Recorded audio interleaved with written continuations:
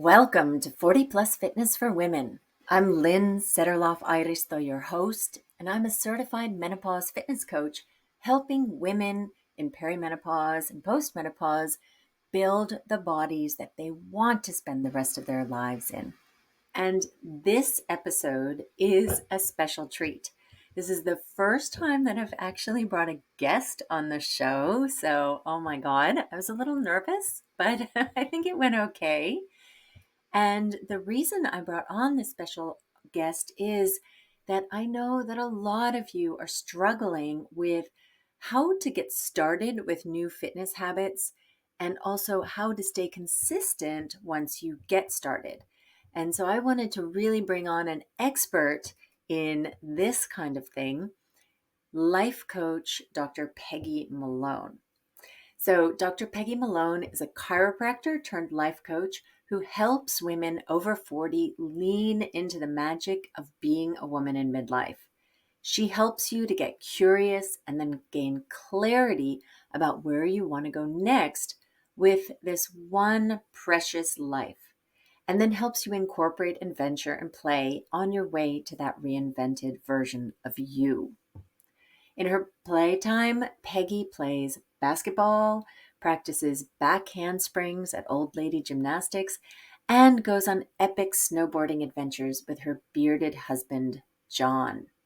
She's based in London, Ontario, Canada, where she and her husband love to throw parties, watch NFL football, and cuddle with their ragdoll cat, Amigo. She is the host of another podcast called the Midlife Improvement Project, where she helps you increase self-awareness and build confidence as you discover what got you here and get clear about where you want to go next on the way to being an even better you. So listen to my interview with Dr. Peggy, and I hope you get some great tips out of here. And yeah, I would love to hear from you whether you enjoyed this kind of interview podcast, because I'm thinking about doing a little bit more of them. And if you have particular topics or people that you can think of that you would like for me to have on the show, then please reach out through one of the channels in the show notes. Enjoy the show. Peggy, welcome to the show. Thanks so much for having me, Lynn. Yeah, great to have you and to hear your perspective on these things. I thought we could get started by having you tell us a little bit about you and your story and how you made this transition from chiropractor to helping women in midlife. Okay, well, I'll give you the big picture, and I'll try and like shorten the story. Essentially, my world is such that I live in Canada. I have a husband named John, and the two of us years ago, and it's kind of a downer story that leads into something great. We really wanted to have a baby, and we did all the things. And I'm guessing that some of your listeners and some of your clients have been through the fertility journey. We went through that. We ended up various IVF, spent a ton of money, a lot of tears. We had 5 pregnancies and 5 losses. It was very challenging. And I'm speaking flippantly about it now, but it's been a decade since it happened. I've processed it a lot. I've done a lot of work around it. The reason why this is relevant to the story is that when that sort of was wrapping up and we knew that we were in a place where we had made the decision to move forward and be aunts and uncles instead of parents in this life, I was kind of a little lost in terms of my personal growth. I was looking for something because I'd had this idea forever that we were going to be parents. And because it wasn't working out, I couldn't pass my DNA on to the next generation. I couldn't mother in the way that I thought I was going to. And so I was looking for purpose. I was looking for legacy. I was looking for something. And we were on a vacation. We went away because we needed to go away. And I was reading a book on that vacation. And the book was The Happiness Project by Gretchen Rubin. And I love Gretchen Rubin. I refer to her as my online pretend best friend. And I've read all of her books. And I actually met her in real life one time. She's great. Anyway, this book, if you're not familiar with it, sort of like she took a year and she did an experiment where she did all of these things to try and improve her happiness. And I just loved the concept of it. As books do, it hit me right at the right time. And then in that next year, after reading this book, it sort of became a spark for me. A friend of mine and I would always have really interesting conversations about personal growth. And we were like, you know what? We should like have these conversations and record them. So we started a podcast. And at that time, it was in June of 2018. And we started a podcast called The Improvement Project because we were both interested in personal growth and habits and routines and all of the things that scratch the itch of helping us to understand why we are the way we are. And so the two of us, her name is Jenny. Jenny and I started the podcast together, and we did that podcast weekly for a couple of years. And then she had a young child at the time, and then she had to step away from the podcast just because her life got busy and it didn't work. So I continued on with the podcast on my own, and the years went by. The pandemic happened, all of the things. I kept being consistent with the podcast, which was a really important balm for me when I was going through my own turmoil, but then also the world was going through turmoil. So the podcast was the thing that I stayed consistent with. It was a lovely personal growth tool for me to be as consistent as possible through that time. And then as I started to come into perimenopause and the challenges associated with this time of life, which you're familiar with, which your listeners will be familiar with, I realized that as I was evolving, the podcast needed to evolve. So now the podcast is known as the Midlife Improvement Project. So on top of that, I started working with women in midlife who are, as all of you listening know, and Lynn, as you know, these fantastic humans who have superpowers that they're just awakening up to. And it's like the coolest demographic of humans. I'm saying this because I'm in this demographic, but also because all of the women that I work with in this demographic, they are waking up. They're realizing that they have superpowers. They are reinventing themselves. They are deciding that they want to do something awesome with the second half of their life. And so I was and am still a chiropractor, healthcare provider, but through this whole process that I've just explained, I've now evolved, and part of what I do is I work with women as a coach, and I help them to decide what they want to be when they grow up, what they want to do with their second half, how they want to reinvent themselves in midlife and beyond. So that's my story, essentially. And if you have questions, I'm happy to expand on anything I've said.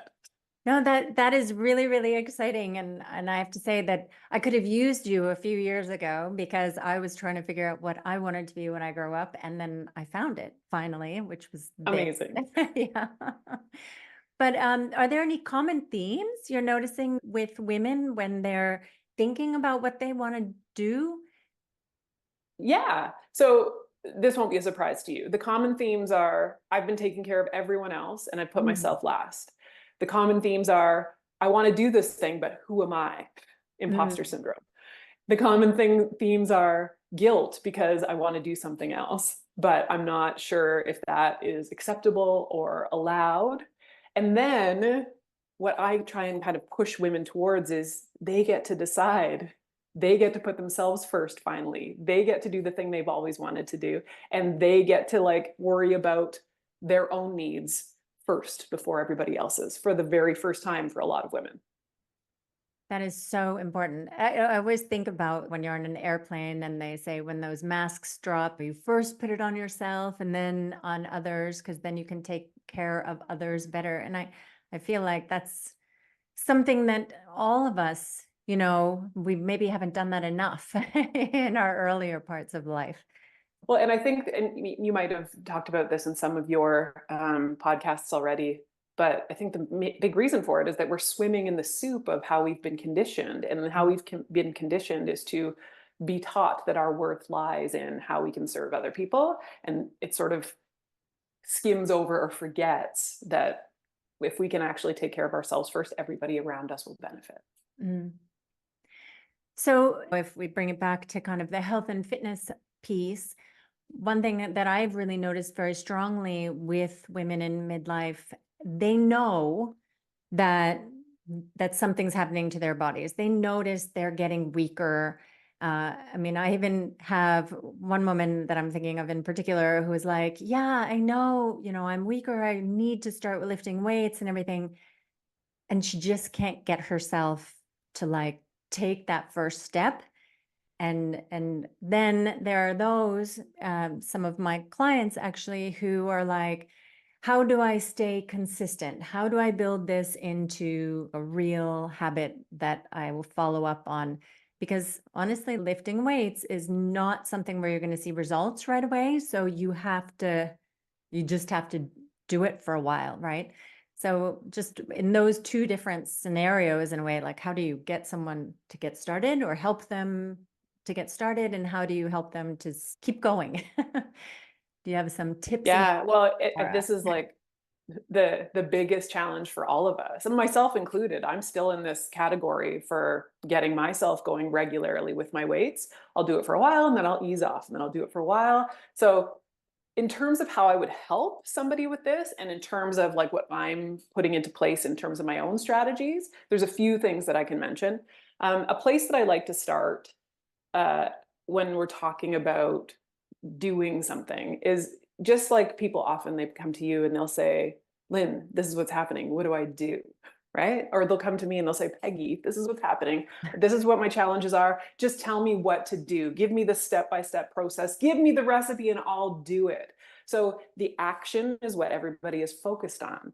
But upstream from taking any action is how you're thinking about things and how you feel about things.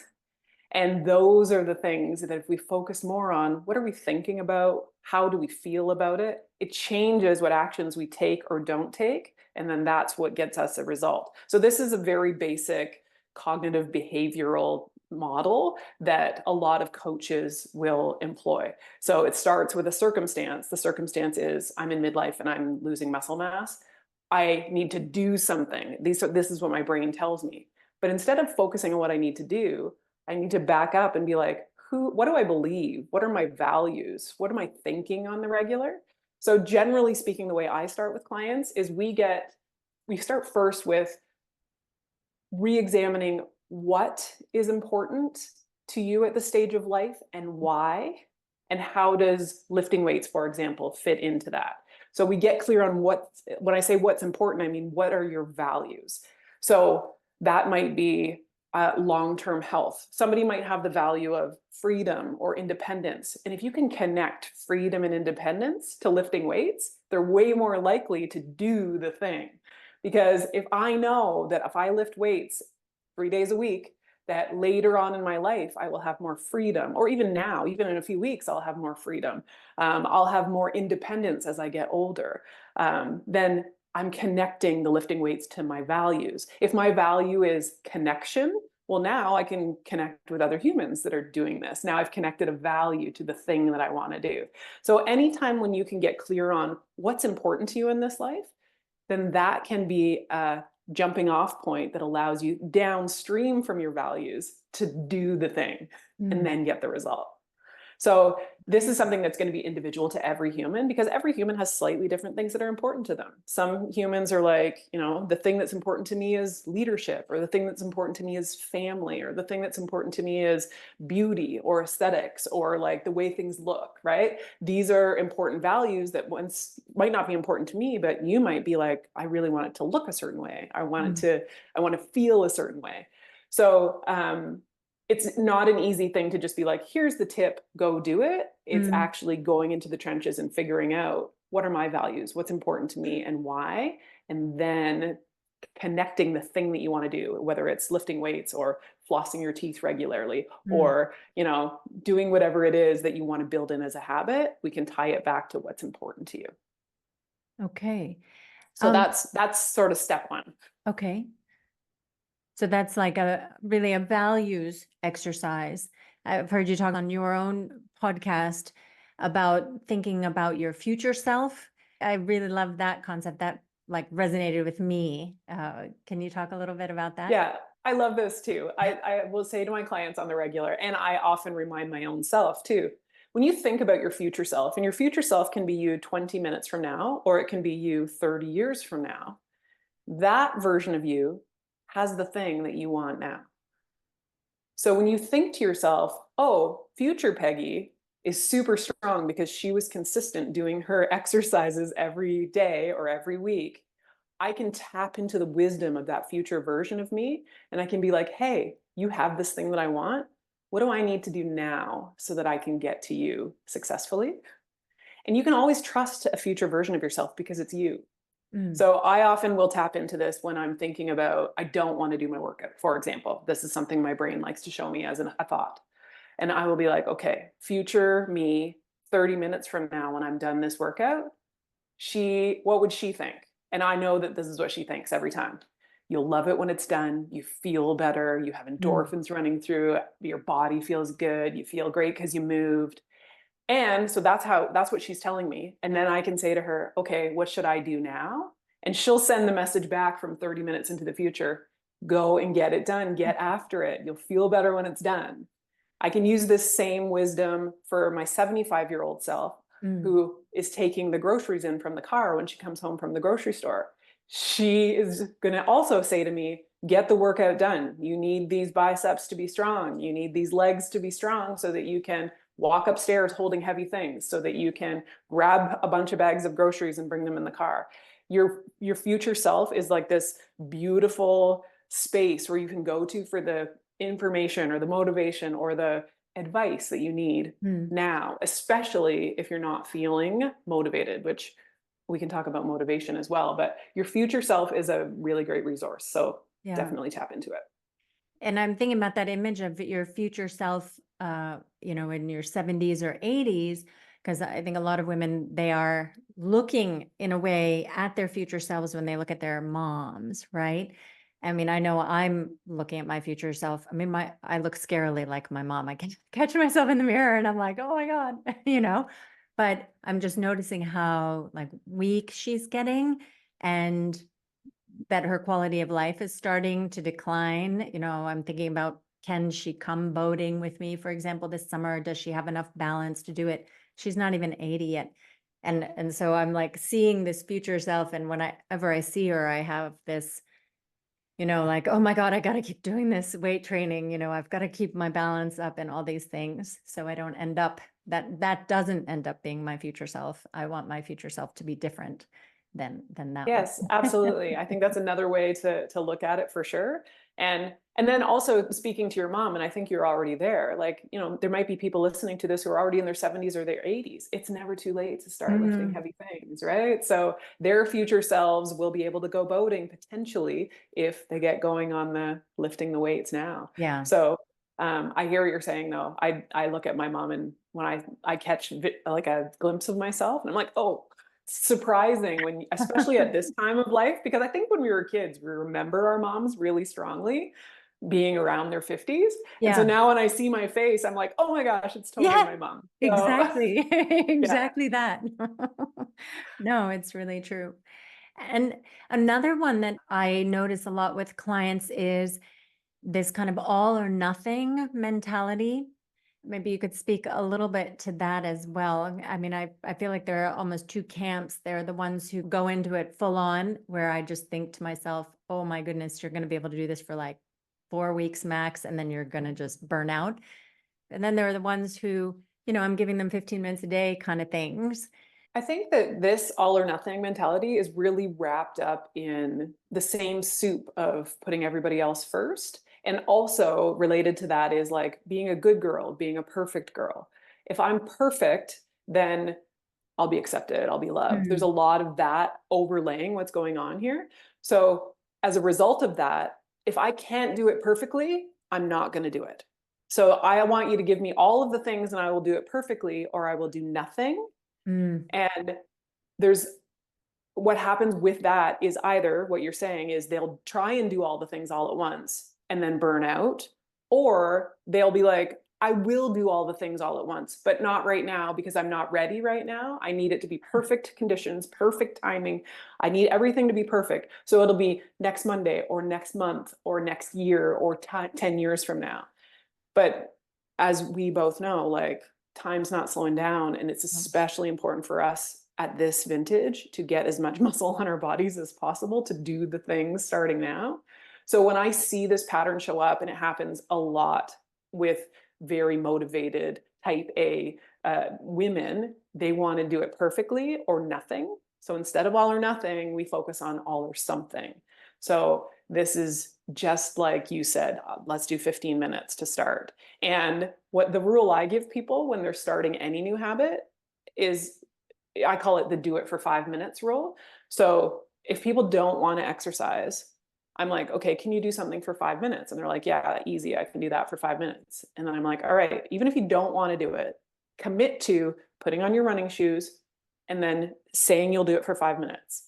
The thing that's magic about motivation is that motivation is often the result of taking action, Mm. not the cause of it. So we don't get motivated because we're like sitting around and all of a sudden it just strikes us like a lightning bolt. We get motivated when we actually start moving. So this is why one of the things I often will say to people is we need to get moving to get motivated. Once we're moving, all of a sudden we're like, oh, okay, I feel good. It's kind of like Mm. when you're sitting down after dinner and you're like, oh, I should probably do the dishes. And all I want to do is like go to sleep. But then you get up and you get moving and you do it. And then you're like, sweet, okay, now I can do like 20 other things because I feel good because I got moving and I got started. The getting Yeah. started is the hard part. So, that's related to the all or nothing or all or something. But Yeah. then as well, just like what you said, instead of being like, I need to do all the things all at once, we need to pick the tiniest version of it and get started on that. Yeah. So sometimes this can be, I don't want you to do any exercise this week. The only thing that I want you to do is while you're brushing your teeth, I want you to do 5 squats. If you do that every single day of this week, that's a win. And this is all or something. Mm. You can do that as you're getting started, but you can also do this on days when life is lifey and things are happening.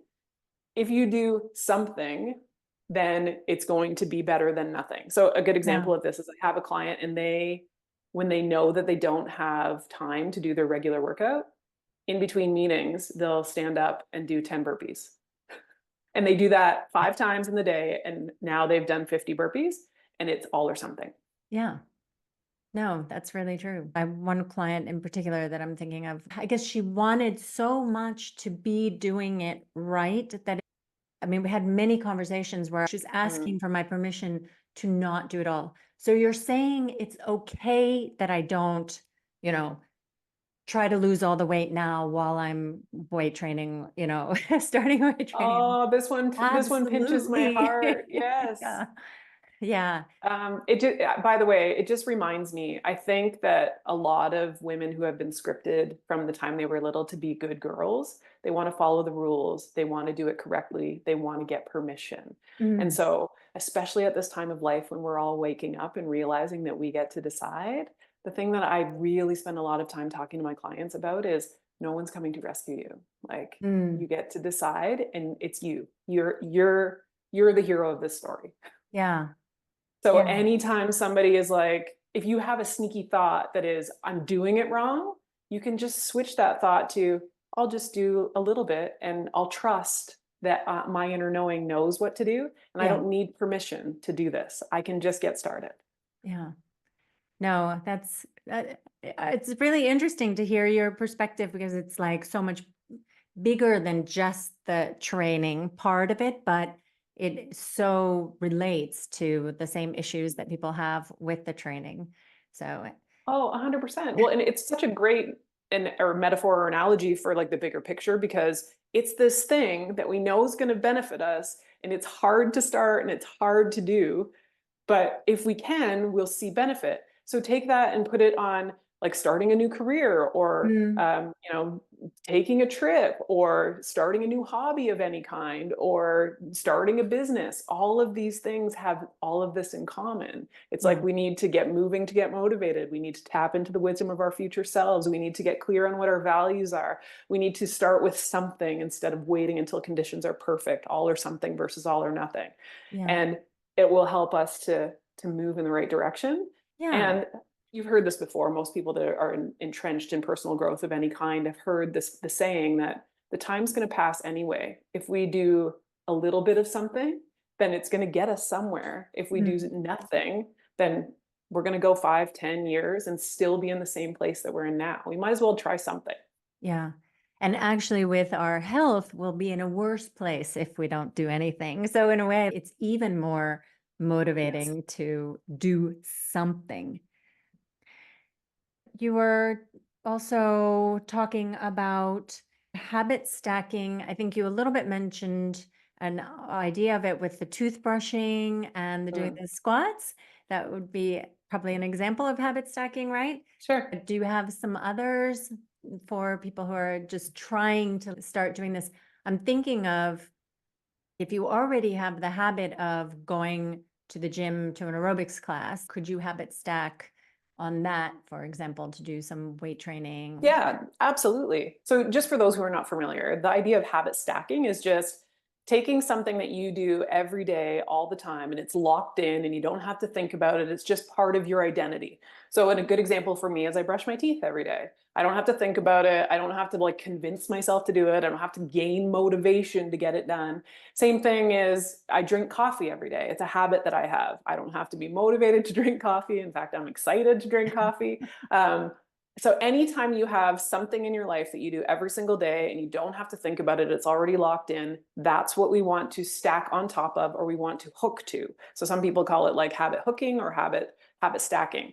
So pick one of those, for example, and then if the habit you want to build or bring into your life is like doing more exercise, then we need to get creative and find a way to stack that habit on top of it.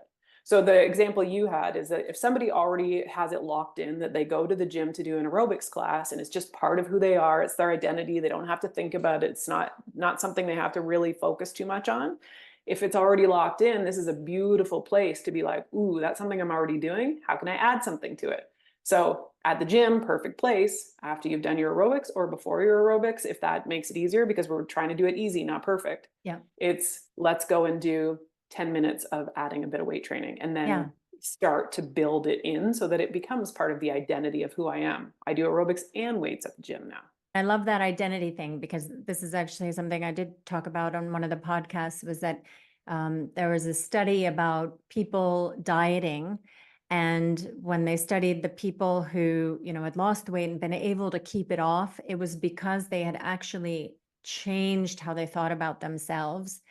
For example, when I changed my habits of eating, now I am a person who eats 140 grams of protein every day. Like I've changed my identity. I am a person who goes to the gym to weight train. I'm a person who has muscle. I'm a person who walks on a walk pad every day. That's become part of my identity over time. And it's helped me to maintain those things. Well, and this is like, that's a prime example of what we started talking about at the beginning of this conversation. You probably say to your clients on the regular, I want you to eat at least 100 grams of protein a day. We're going to work up to 140. And that person now knows what to do, right? It's the thing to do. And they can try it and they might have some success at it for a few weeks.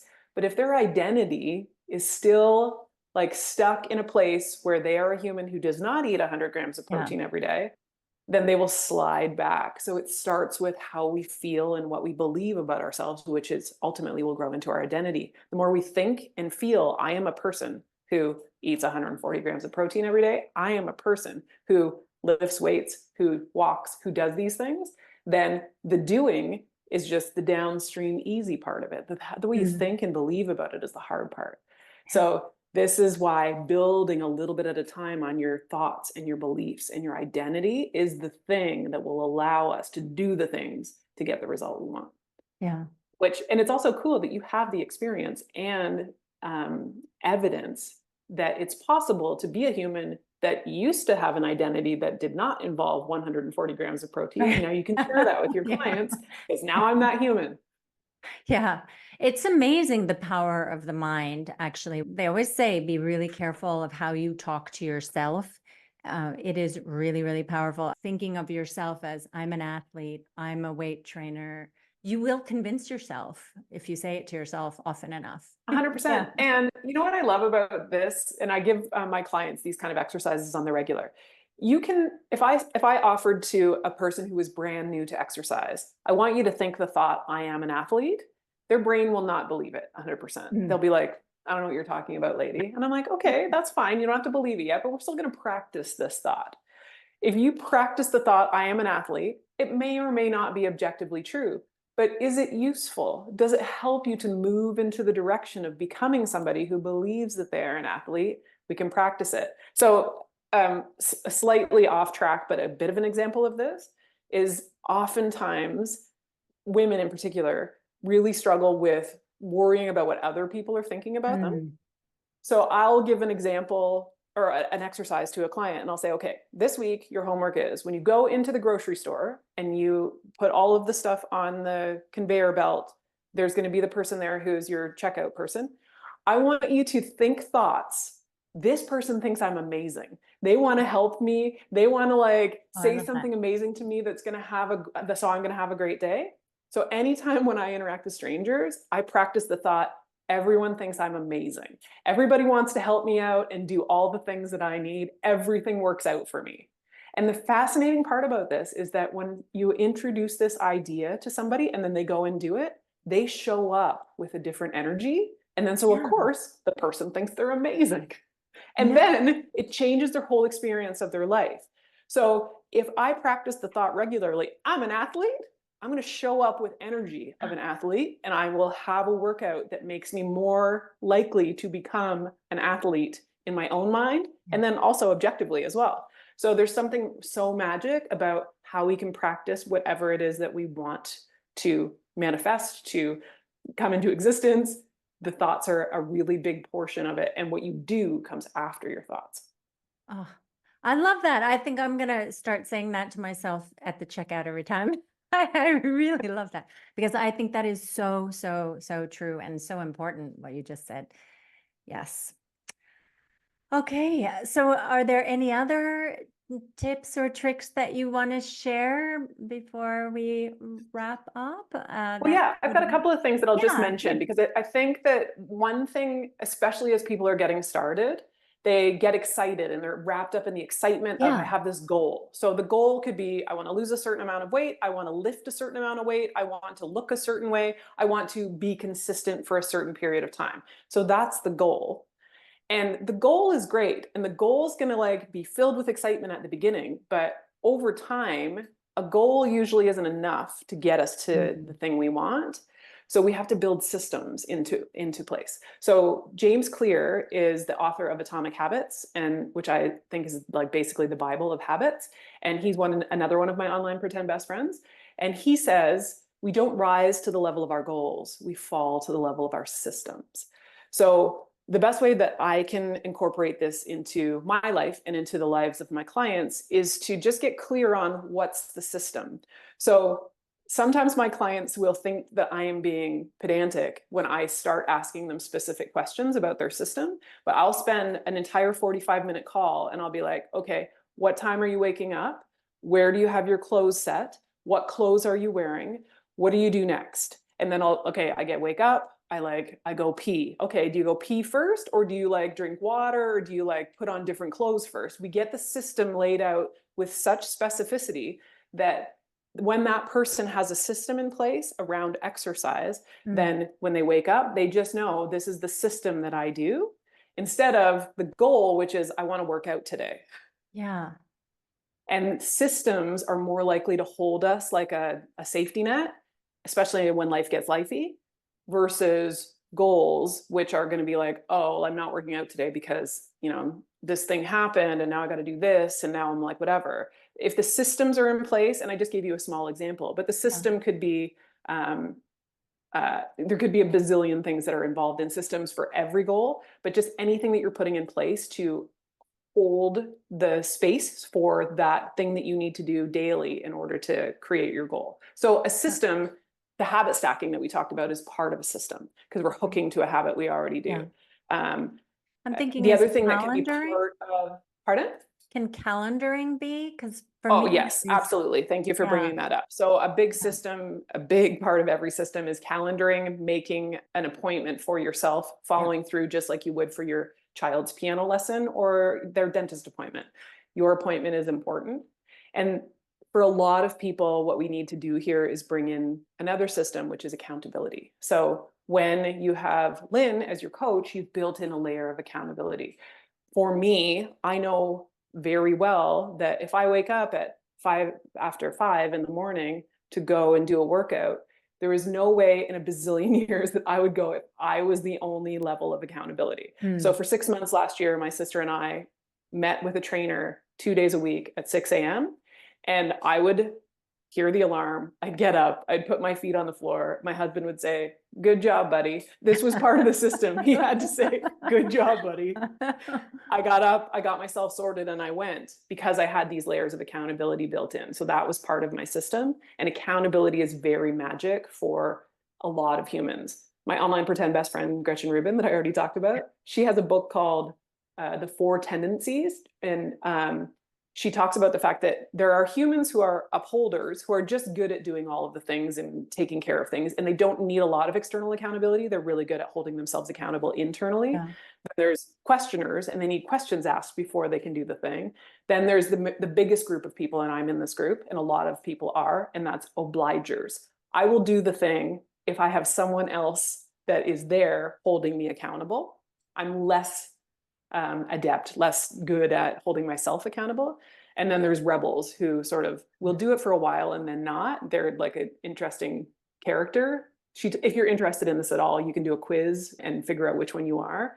But the majority of us, especially if they're in your world and they're looking for help, are probably obligers, because rebels and questioners will be somewhere else. And upholders are already just doing their workout without help. Yeah. Yeah. Now that you say it like that, I think I have some degree of upholders who are like, just give me the program, explain to me how I need to be training. And then they say, I don't have any problem doing it myself. And I think they've got to be the upholders, right? Sure. Yeah. Yeah. So, yeah. So yeah, the bottom line of this whole line of me waxing poetic about it is that if you can build in layers of accountability, so hire Lynn as your fitness coach is number one. You also build in the layers of accountability with other friends. Maybe they want to do the workouts with you, or family members. Meeting somebody somewhere, that's usually people will show up for those kind of things. Calendaring is another level of accountability that sometimes works for people because they're accountable to their calendar. That one's not as great for me. Yeah. When it comes to workouts. Well, nowadays I have a clients and customers Facebook group, and we do an accountability every week. So I'm starting with this. I'm still learning, how it will best run. But the idea is that, you think about like, so when are you going to train this coming week? What's your plan? Right. So you already have building in the system. Yeah. Right. And then at the end of the week, you kind of review that. Okay, so how did it go? Like, did I achieve the things that I wanted to achieve? And did any questions come up along the way and this kind of thing? So, yeah. Awesome. Yeah, love it.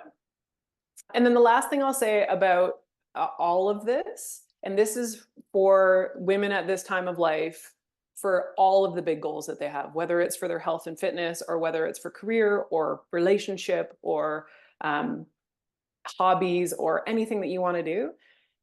My number one thing that I like to tell people is you get to decide.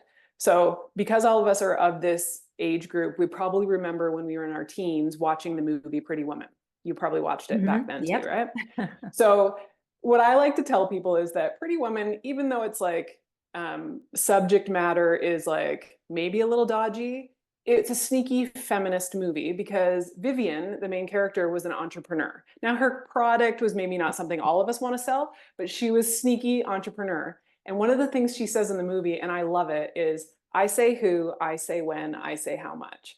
So I often will use that as a post to come back to, and I encourage women of this age to realize that that is what they have access to. They get to decide who they hang out with, they get to decide when they do it, and they get to decide how much they want to.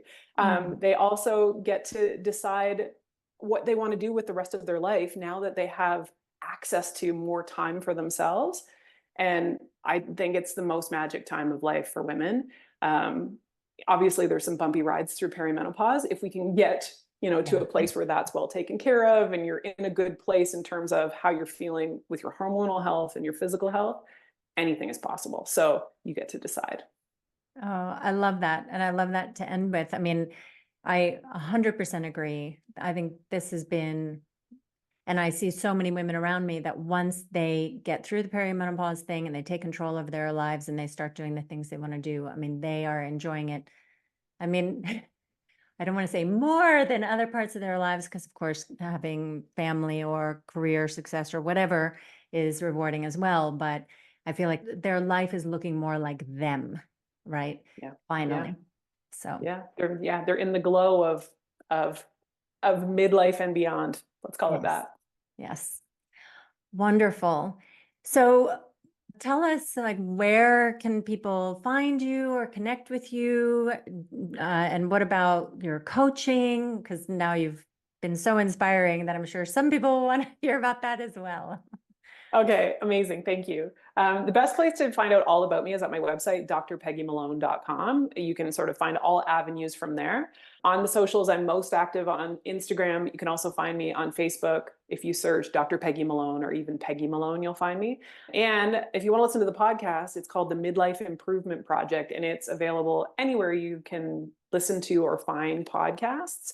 In terms of coaching, if this is something that's piqued your curiosity at all, what I do to work with people is we start with a bit of a discovery call, and it's absolutely free. You sign up for a call. I'll chat with you for an hour. We'll get clear on what your goals are and how I could help you to get to them in the next 6 months. So if you go to my website, drpeggymalone.com, there's links to find out how to get on one of those calls. If that's something that is intriguing and you'd like to give it a call, I would love to chat with some of your listeners if they're into it. Yeah. And all the links will be in the show notes. So check them out there. Great. So thank you once again for joining, Peggy.